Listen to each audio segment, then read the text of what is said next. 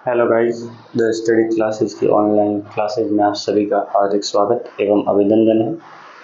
तो हम जो है साइंस की महामैराथन क्लास जो शुरू की थी, हमने कहा था कि हम जो है क्लास 6 से लेकर क्लास 12 तक की एनसीईआरटी सब्जेक्ट साइंस जो है वह मैं आपके सामने पूरी सॉल्यूशन करवाऊंगा।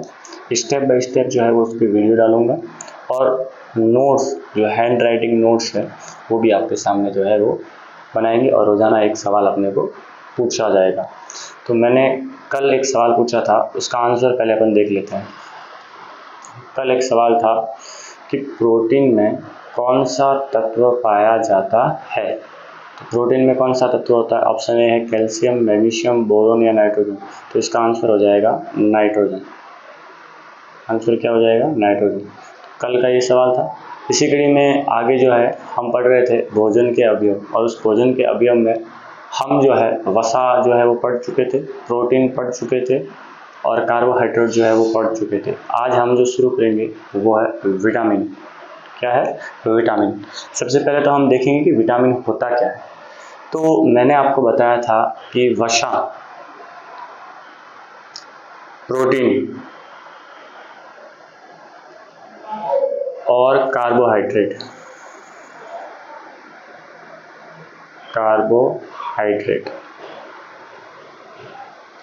वसा, प्रोटीन व कार्बोहाइड्रेट जो है ये तीनों के तीनों किससे बने होते हैं? तो मैंने आपको बताया था एक तो ऑक्सीजन, एक कार्बन और एक हाइड्रोजन से बने होते हैं। इसलिए मैंने बताया कि ये तीनों के तीनों कार्बनिक यौगिक हैं। कार्बनिक यौगिक, कार्बनिक यौगिक का मतलब है कि वे यौगिक जो कार्बन और हाइड्रोजन से मिलकर बने होता है उसे कार्बनिक यौगिक कहते हैं। जबकि विटामिन जो है वो कार्बनिक यौगिक नहीं है। विटामिन जो है वो एक प्रकार का अकार्बनिक यौगिक है। कैसा यौगिक है? अकार्बनिक यौगिक। विटामिन जो है वो एक अकार्बनिक यौगिक है। ये क्या काम करता है? ये काम करता है शरीर में वृद्धि करता है, शरीर में वृद्धि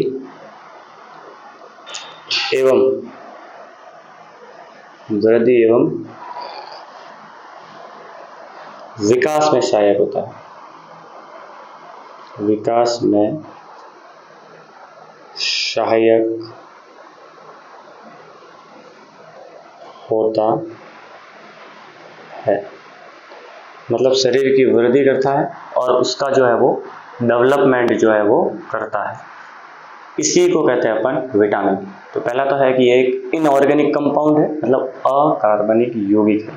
शरीर में वृद्धि और विकास जो है इसमें सहायक होता है। मोस्ट बात ये है कि इसका संश्लेषण जंतुओं के शरीर में नहीं होता, मतलब पाचन जंतुओं में नहीं होता। दूसरा पॉइंट है इनका संश्लेषण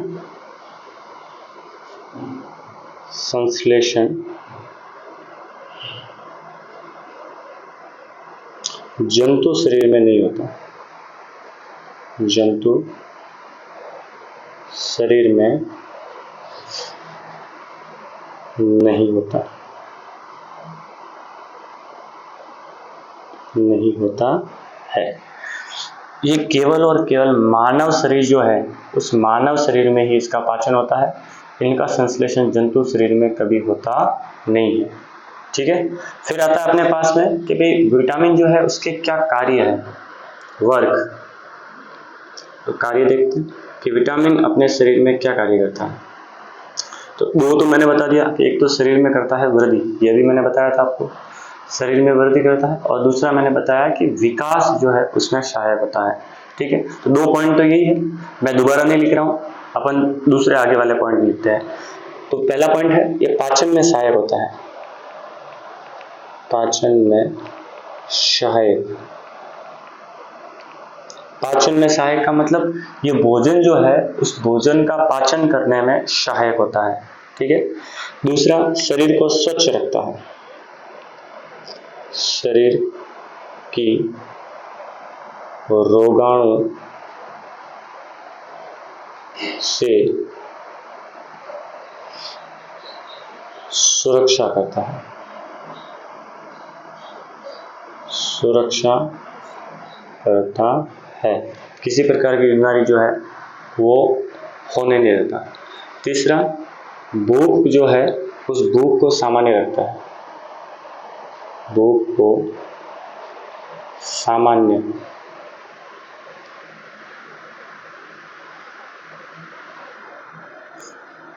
रखता है, भूख जो है उस भूख को सामान्य रखता है। तो ये इसके कार्य है। पाचन में सहायक होता है, शरीर की जो रोगाणु से सुरक्षा करता है और भूख को सामान्य रखता है। इनकी जो संख्या है वर्तमान में प्रोटीन, तो लगभग अभी तक 15 प्रोटीन की खोज हो चुकी है, 15 विटामिन, 15 विटामिन जो है उनकी खोज हो चुकी है। लेकिन जो प्रमुख प्रोटीन है वो प्रमुख प्रोटीन 6 है। उन प्रमुख प्रोटीन की संख्या कितनी है? 6। मैं आपके सामने नाम लिख रहा हूँ 6 के 6, ठीक है। तो एक तो अपने पास में है विटामिन ए,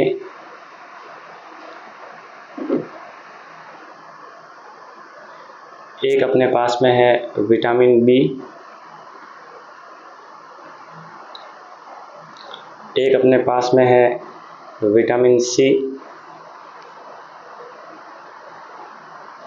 एक अपने पास में है विटामिन डी और एक अपने पास में है विटामिन ई, एक अपने पास में है विटामिन के, विटामिन के। तो ये 6 प्रोटीन है अपने पास में। कितने प्रोटीन है आपके पास में? टोटल ओवरऑल कितने प्रोटीन है? 6 प्रोटीन है। कितने प्रोटीन है? 6। हालांकि इनसे होने वाले रोग जो है वो अपन आगे वाले टॉपिक्स जो आएंगे उसमें पढ़ेंगे कि विटामिन ए से कमी से कौन सा रोग होता है। तो विटामिन ए जो है उसकी कमी से रतौंधी रोग होता है, विटामिन बी से बेरी रोग होता है। वो अपन नेक्स्ट जो अपन देखेंगे आगे वाले टॉपिक्स उसमें देखेंगे अपन, ठीक है ना।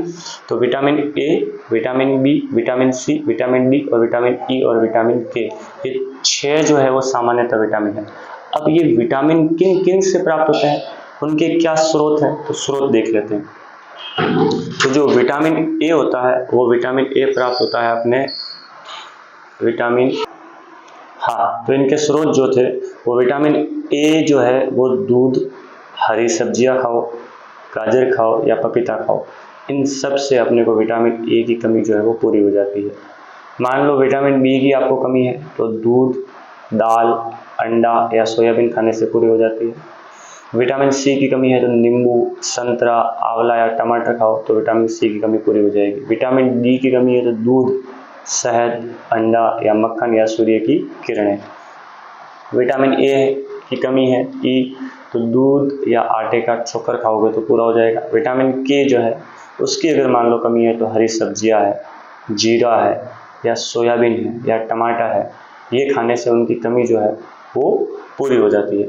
तो ये तो है विटामिन, और ये विटामिन के स्रोत है कि अपने को विटामिन किन किन स्रोत से जो है वो प्राप्त होते हैं।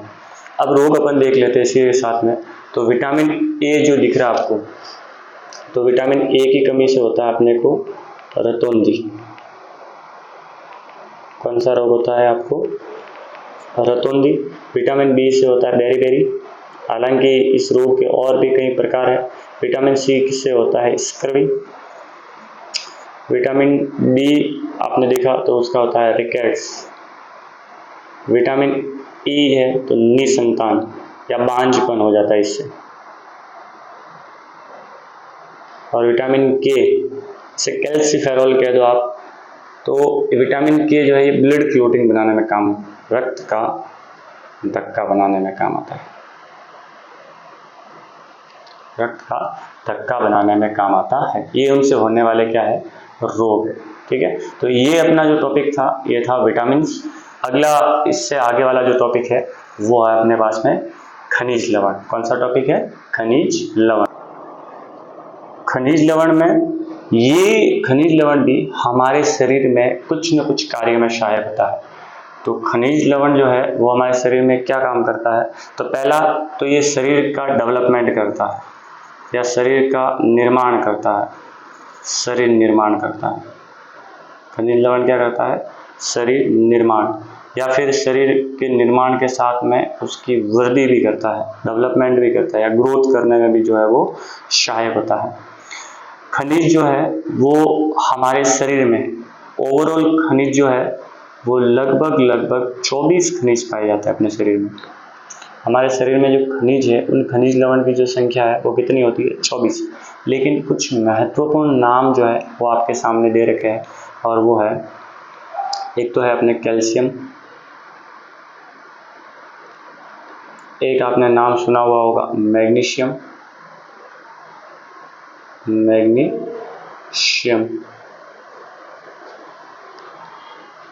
एक आपके सामने नाम होगा फास्फोरस,